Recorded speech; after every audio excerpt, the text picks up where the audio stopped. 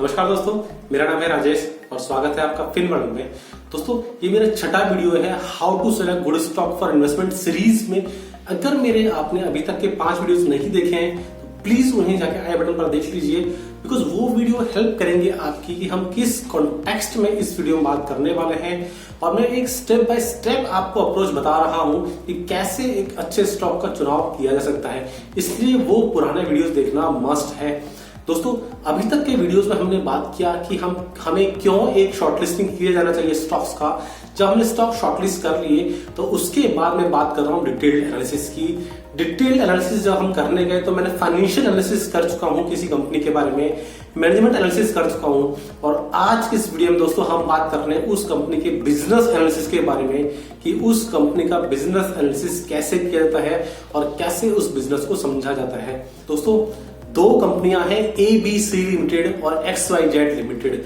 दोनों कंपनियों को 100 रुपीज का सेल था ईयर 2000 में, लेकिन 2015 तक आते आते ABC लिमिटेड कंपनी का सेल्स हो गया केवल 150 रुपए और दूसरी तरफ XYZ लिमिटेड का सेल्स हो गया 500 रुपए। दोनों कंपनियां सेम बिजनेस में है, सेम इंडस्ट्री में है, सब कुछ दोनों में समान होते हुए भी कैसे XYZ लिमिटेड ने उसी पीरियड में ज्यादा सेल किया है। दोस्तों, इसे कहा जाता है फाइनेंस की भाषा में मोड, कि XYZ लिमिटेड अपने साथ एक मोड कैरी करती है। XYZ लिमिटेड का बिजनेस एक मोड से सेव किया हुआ है, जिसकी वजह से उसका सेल उसके बाकी कॉम्पिटिटर से इररेस्पेक्टिव ऑफ मार्केट कंडीशंस बढ़ते जा रहा है। दोस्तों, अगर मैं लिटरल मीनिंग में बात करूं मोड का, तो मोड होता है जैसे कि आपने देखा होगा जितने भी पुराने राजा महाराजाओं के महल हुआ करते थे, उनके किले हुआ करते थे, उस किले के चारों तरफ बहुत लंबा चौड़ा गड्ढा हुआ करता था, बहुत गहरा बहुत लंबा गड्ढा हुआ करता था, और उस गड्ढे में पानी भरा हुआ रहता था, जिसे कोई भी दूसरा राजा उसके महल पर हमला नहीं कर सकता, क्योंकि उसे वो खाई पार कर कर आनी पड़ेगी। और जितना ये खाई गहरी रहेगी उतनी ही ज्यादा सेफ्टी रहेगी राजा के महल के लिए। दोस्तों, सेम कंसेप्ट अप्लाई होता है बिजनेस में भी। जिस खाई की मैं बात कर रहा था, जिस गड्ढे की मैं बात कर रहा था, वो गड्ढा बिजनेस के टर्म्स में कहा जाता है मोड। जो भी बिजनेस इन मोड से घिरे हुए हैं वो सभी सक्सेसफुल बिजनेस है, और बहुत डिफिकल्ट होता है कंप्यूटर के लिए ऐसे बिजनेसेस को पीछे छोड़ पाना।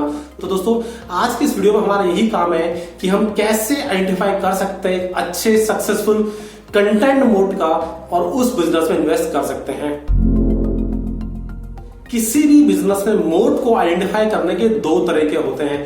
पहला, प्राइमरी मार्केट रिसर्च। आप किसी भी कंपनी के स्टाफ से मिल सकते हैं, उनके वेंडर से मिल सकते हैं, उनके सप्लायर से मिल सकते हैं, उनके क्रेडिटर से मिल सकते हैं, उनके डेटर से मिल सकते हैं, या फिर आप उस कंपनी का विजिट कर सकते हैं। ये बहुत सारे तरीके, बहुत सारे इफेक्टिव तरीके हैं जिससे आप उस कंपनी के बिजनेस के बारे में बहुत डिटेल से समझ सकते हैं और जान सकते हैं कि आखिर इस कंपनी में क्या डिफरेंट है बाकी उनके कॉम्पिटिटर के मुकाबले।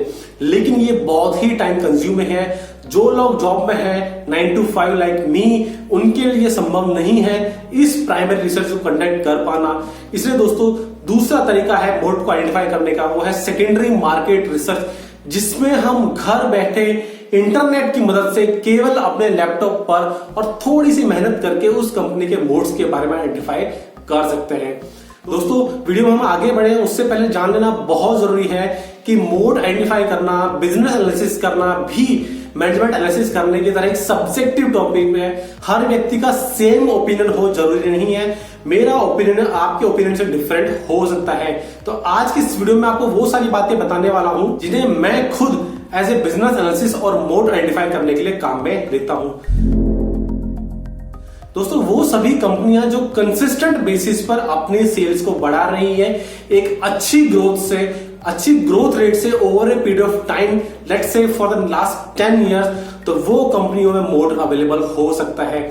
एग्जांपल की मदद से समझते हैं। 2 कंपनियां हैं, एक कंपनी 10% की रेट से अब पिछले 10 सालों में अपने सेल्स को बढ़ाती जा रही है, और दूसरी तरफ सेम कंपनी है जो कि 20% की रेट से मार्केट में अपनी सेल्स बढ़ाती जा रही है। तो कुछ ना कुछ तो ऐसा जरूर होगा सेकंड वाली कंपनी के साथ, वो अपना सेल इतने फास्ट तरीके से कंसिस्टेंट बेसिस पर पिछले 10 साल में बढ़ाती जा रही है। तो दोस्तों, इसे कहा जाता है मोड। और जो कंपनियां इस मोड को सस्टेन कर ले over a longer period of time, वो कंपनियां हमारे इन्वेस्टेबल यूनिवर्स में आनी चाहिए। हमें फर्दर रिसर्च करके उन कंपनीज में इन्वेस्ट किया जाना चाहिए। ऐसी कंपनियां जो बहुत मिनिमल ग्रोथ दिखाती है या फिर ग्रोथ ही नहीं है, ऐसी कंपनियां में दोस्तों कोई मोड अवेलेबल नहीं होता। और जब कंपनी में मोड अवेलेबल नहीं है तो जैसा कि आपने देखा था, वो राजा का किला सुरक्षित नहीं है और ये बिजनेस सुरक्षित नहीं रह पाएगा। दूसरा दोस्तों, इस सेल्स को हमें इंडस्ट्री से कंपेयर करना बहुत जरूरी है। एक इंडस्ट्री में हो सकता है बहुत सारी कंपनीज, बहुत सारे बिजनेसेस परफॉर्म करते हो।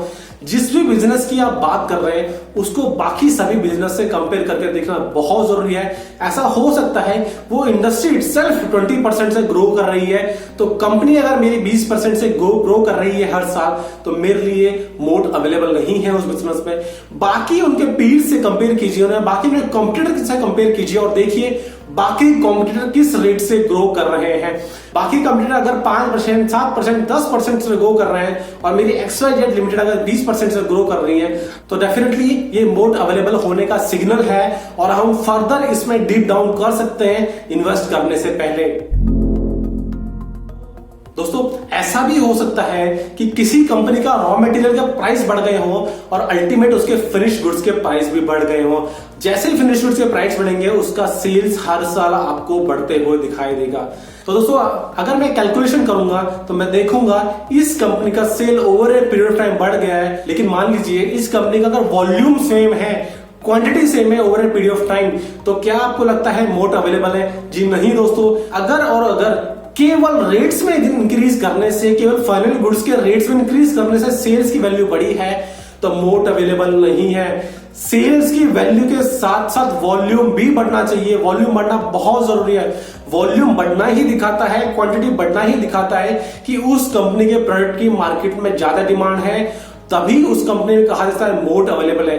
अगर केवल और केवल सेल्स प्राइस बढ़ रहा है तो मोड अवेलेबल नहीं है। दोस्तों, हमें उस कंपनी की एनुअल रिपोर्ट पढ़नी होगी और देखना होगा कि क्या उस कंपनी में 2005 में कितना वॉल्यूम सेल्स किया था, 2005 में उनकी क्या कैपेसिटी थी, क्या प्रोडक्शन था, और 2015 में क्या कैपेसिटी है, क्या प्रोडक्शन है।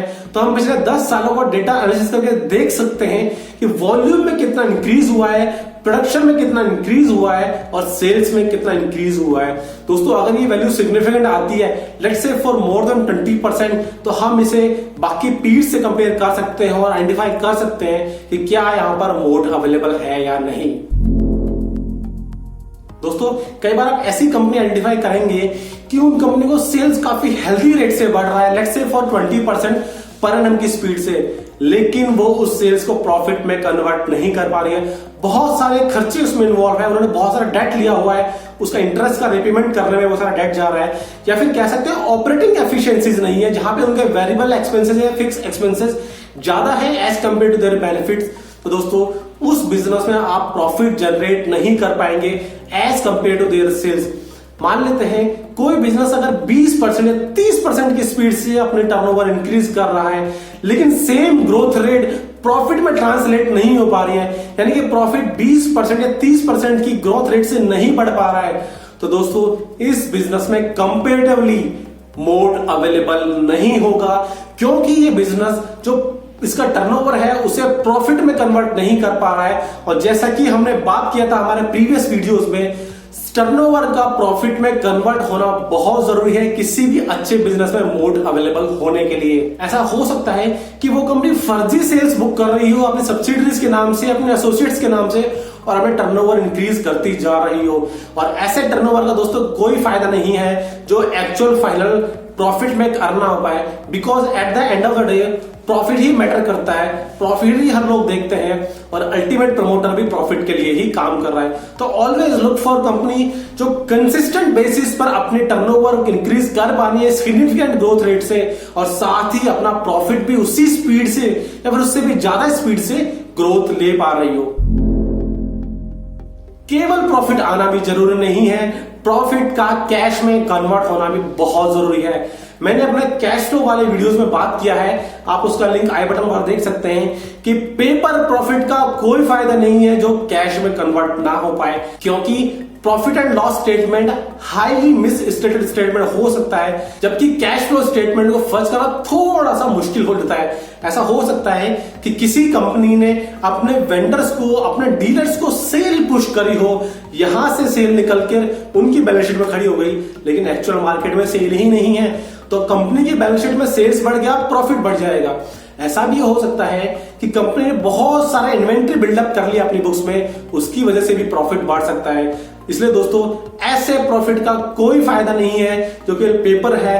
प्रॉफिट को एक्चुअल कैश में कन्वर्ट किया जाना भी बहुत जरूरी है। दोस्तों प्रॉफिट और कैश में क्या रिलेशन होता है और कैसे रिलेशन को आइडेंटिफाई करते हैं, प्लीज मेरा वीडियो देखिए आई बटन पर कैश फ्लो स्टेटमेंट के बारे में, उसमें आपको बहुत अच्छे से इसके बारे में अंडरस्टैंडिंग मिल जाएगी।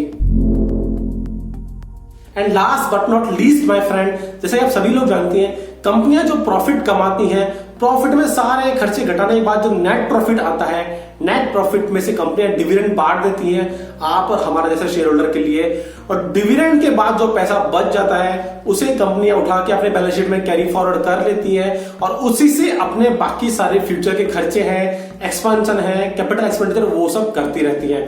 दोस्तों मान लेते हैं कंपनी एबीसी लिमिटेड है जिसने ₹1 का रिटेन्ड अर्निंग के सामने ₹5 शेयर होल्डर कमा के दिए।